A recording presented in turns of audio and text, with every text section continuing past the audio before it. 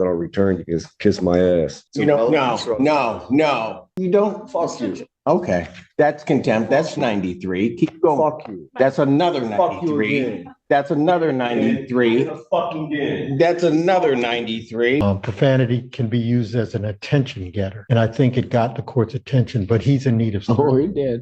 They're minute trespassings that aren't even trespassing. I used an easement for one, and the other one should have been dismissed. You know, probably you're about to try to make another mistake. And that is you're trying to practice law, even though it's about your case and you don't have a law degree. We're in Judge Simpson's courtroom today, and because of the crazy switch-up, we're dealing with a defendant who must have had a complete personality transplant while incarcerated.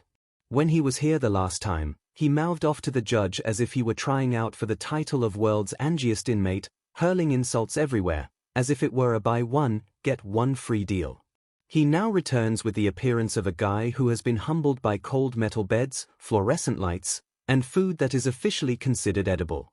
The transformation of a strong person into someone who suddenly respects authority as if it were a survival skill after spending a few nights in a concrete box is very remarkable. There is less of a I run the courtroom vibe and more of a please, sir, give me another chance vibe. In addition, he is pleading for mercy in order to avoid serving the entire prison term. One insult at a time, he deserved it. The question is now, is this panic striking him like a brick wall, or is this genuine regret? Now let's get started. Defense counsel has filed an emergency motion to attempt to purge the contempt in this matter. You have. And I first give the floor to my client. Pardon? I'm giving my client the floor. Your Honor, there's no excuse for what I done, man. I lost my composure and I directed my frustrations at you. I apologize for being disrespectful to you and your court and wasting time, the people. Hopefully you accept my apology and reconsideration of the time you've sentenced me to. Thank you. Your Honor, we have referred him to our aimed social work division to help him work through in some of the personal issues that he's going through that culminated in his outburst in court. You've been a judge for a very long time, set a very high bar for people as they appear before you. I think we communicate differently. Some people, even though it's socially inappropriate, use profanity, and profanity can be used as an attention getter. And I think it got the court's attention, but he's in need of service. Oh, he did. He's in need of services, Your Honor. He's in need of services, and we're trying to sort through a plan to present to the court, if you would accept his humble apology to help him move the cases forward. Anything from the people. Well, Your Honor, we were all present for it. I had a chance to review the video. It's actually worse than what the court noted on the record. I'm sure the court's seen the video, but it was worse than what the court noted. I will leave it to the discretion of the court, but if there's going to be a modification or of the sentence imposed by the court, I would certainly like there to be a plan in place for Mr. Terrell. That would be the minimum, or would be the alter or change its sentence. Mr. Terrell, what was going on with you? Well, there's a lot of issues that I'm under currently. One, I'm unemployed. I can't obtain a driver's license. Without those, it's hard to provide for yourself. The charges, once we get into it, you'll see that they're frivolous charges. They should have never been brought to the court's attention. They're minute trespassings that aren't even trespassing. I used an easement for one, and the other one should have been dismissed. Just frustrations, man. There's no excuse for what I've done. I mean, it falls on me, man. No, it does. And he realizes that many other people are watching, and how the court handles it. We're hopeful that others won't use this as an example to act out as well. Well, but from the very beginning, the one thing that, as Mr. Brown correctly points out, I've been doing this a minute. And, Mr. Terrell, you were in my court, and I watched you because you were sitting in the back. you were sort of a dichotomy of things because as you sat back in the back of the courtroom, you sat there very respectful. You did everything. You sat in that back row, just patient as all could be. When you came up, you again, initially it was fine. You were maybe upset by the charges, but a lot of people were like that. I could overhear, just so that you understand what I was trying to do, as you were talking to your attorney, that you didn't have a phone, you didn't have email, that you weren't going to be able to have adequate time. I would have just normally set it 2 weeks out, then whatever. This defendant had previously appeared in Judge Simpson's courtroom, and let's just say that the session proceeded more quickly than a car without brakes. He launched into a flurry of obscenities, 10 in a row, as if he were rushing Kim Temp accusations. And each time he did, the judge coolly added more jail time to his sentence. He spent 558 days in jail by the conclusion of the episode because he was unable to hold his tongue for even 10 seconds. Fast forward to today, and he finds himself before the same court with the emotional vigor of a child caught stealing candy. He is anxious, repentant, and hopeful that no one will remember what he did. The change is nearly remarkable. He plays the building's fiercest guy one moment. The next moment, he is trembling and pleading for a bond motion so that he can go early. Naturally, the justifications follow. I was not in a good mental state. I was busy with things. It wasn't my intention. As if those could somehow stop a full-scale courtroom altercation. However, this was not an isolated incident. After several warnings, this behavior persisted. And he continued acting as though there were no repercussions. In all honesty, his situation is made worse by the fact that even his lawyer implied that others are keeping an eye on this issue. You cannot allow someone to curse out a judge 10 times in a row and then leave as if it were no great thing because of this. Because everyone believes that the court is a suggestion rather than a mechanism at that point, activities must have a purpose. To be honest, this judge is the ideal illustration of why there are repercussions. He desired to behave as though he was above the law. And now he understands that just because you changed your tone the second time, the law doesn't change.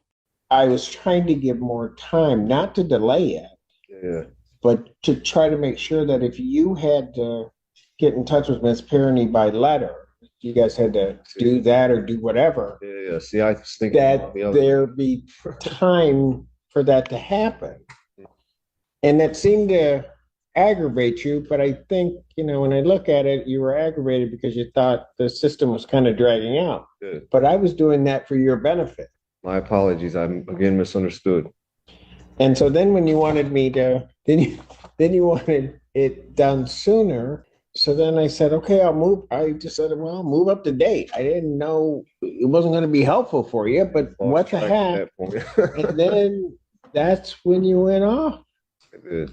I've had people go off in front of me before. Doesn't bother me. It's going to happen, I guess. But you just got yourself worked up to the point that as you were headed down and out, I'm just thinking, I don't know why you want to battle. It's a battle you can't win. Silly me.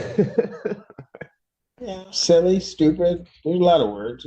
Maybe start with that because it didn't make any sense. And I'm going to tell you something, and I'm not saying this to embarrass you because you're in good hands with the folks at the public defender's office. You need a break, right? Yes, sir. You need something to go in your direction.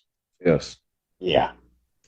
And it seems everything, you can correct me if I'm wrong, everything you had been doing, none of it was quite working out. Trying to get rid of stuff.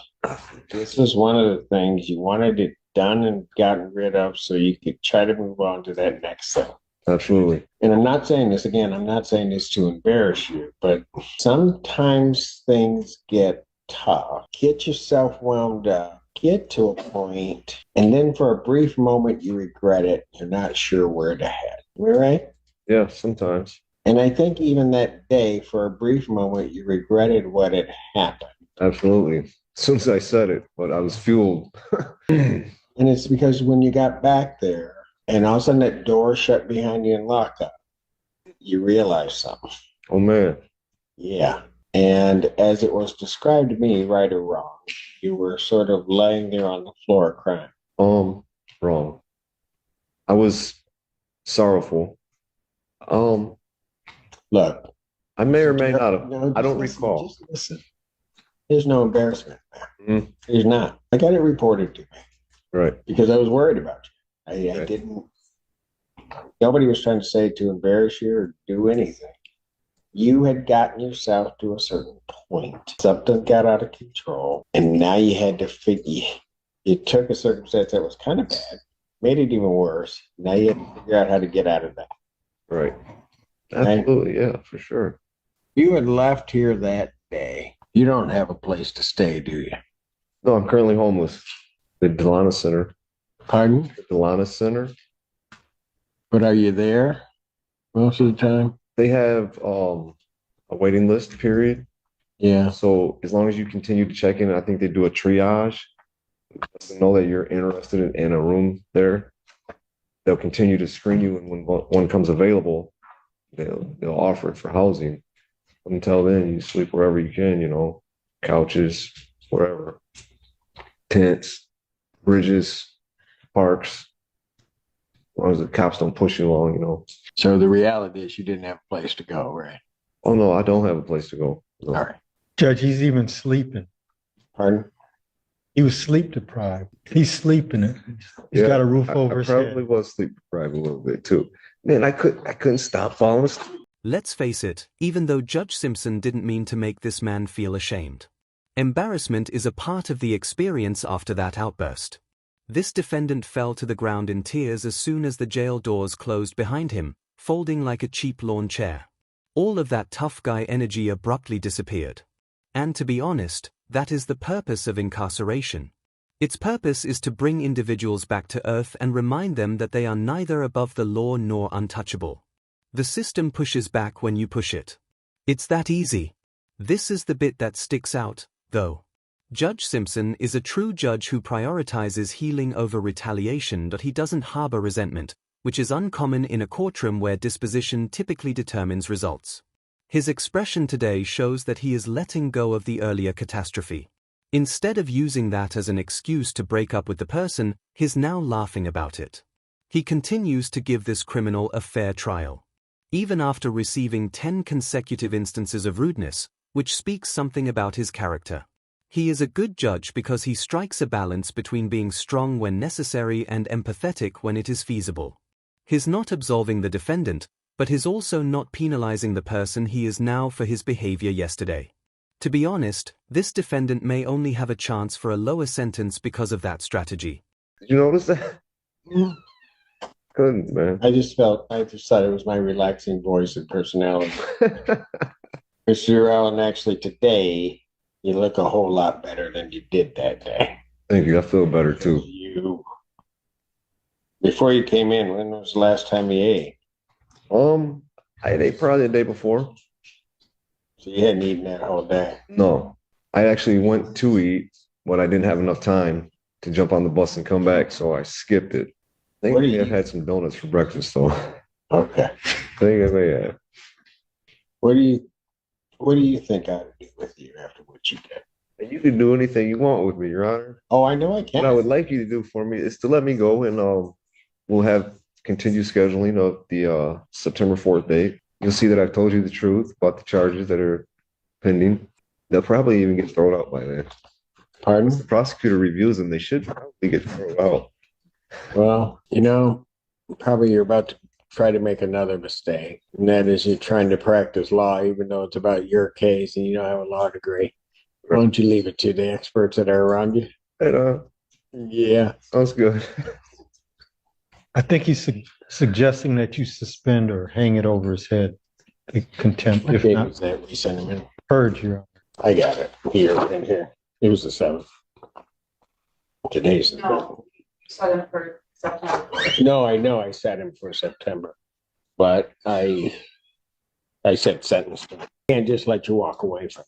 What you did is, so that you understand, this really isn't about you or me.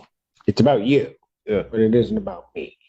You can say all those things you want, but the one thing in the past 25 years, I will tell you, I do not let people just disrespect this institution and walk away.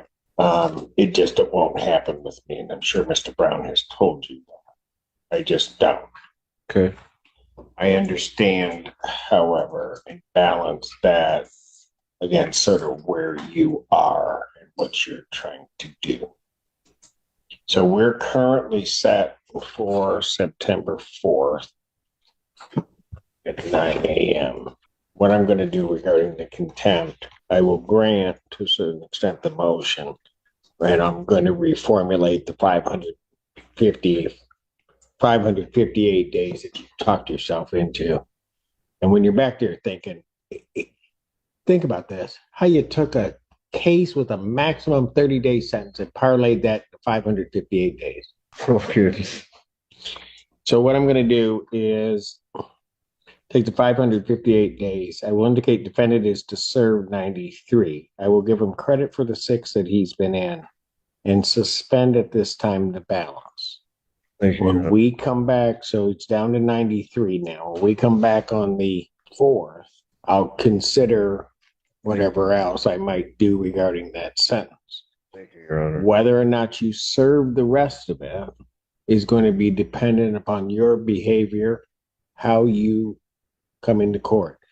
I don't ask anybody to, talk up to me. They don't have to like me. That's not my job. I'll tell you what, I like this Jarrell better than that other one I saw. Right. So let's just keep that up. You'll at least, and I don't like doing it this way, and I don't like saying it, you'll have a place, right? You're going to be eating regularly, and you're going to be looking a whole lot better, I think. I don't like doing it this way, but Right.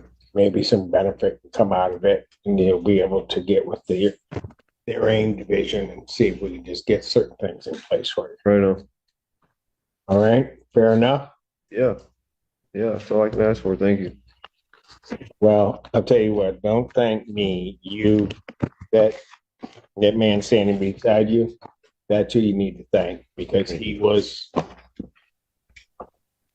on me, and he was trying to explain and trying to make sure he didn't want to say anything off the record without Mr. Siller there, but Yeah. he was in your corner batting for you. And so you ought to be thankful for that. Because quite frankly, whether you sat there 558 days or not, I was going home for dinner. So wouldn't have mattered to me. All right. Okay. Yes, sir. Thank you. Thank you. Take care. Thank you. The fact that someone may enter court with a 30-day problem and leave with 550 days just because they couldn't control their attitude is truly astounding. However, that is the truth. The only person in the room with actual control over your destiny is the judge. And treating them disrespectfully is essentially self-sabotage done legally. This man ought to express gratitude to the judge, his lawyer, and most likely the entire courtroom staff for assisting in reducing the 558 days to just 93 with time served. It demonstrates how much more attitude, decency, and fundamental self-control may affect a result than most people realize. Judges don't demand flawlessness. They anticipate responsibility. They also notice when you show respect, take responsibility for your behavior, and genuinely appear as though you want to improve. Here's what I want to know, though. Given how he returned this time, do you believe the decrease was appropriate, or should he have spent the entire 558 days? Depending on your perspective on regret, this one may go either way, so I'm interested to know what you think. Tell me below. Many thanks for viewing. Remember to subscribe and like, and I'll see you in the next.